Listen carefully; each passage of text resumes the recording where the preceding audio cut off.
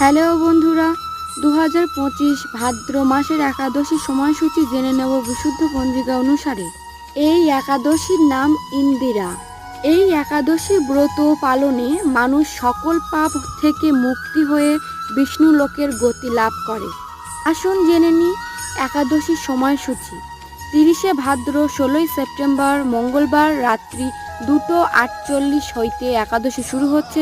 31শে ভাদ্র 17ই September বুধবার রাত্রি 1:52 পর্যন্ত একাদশী থাকবে।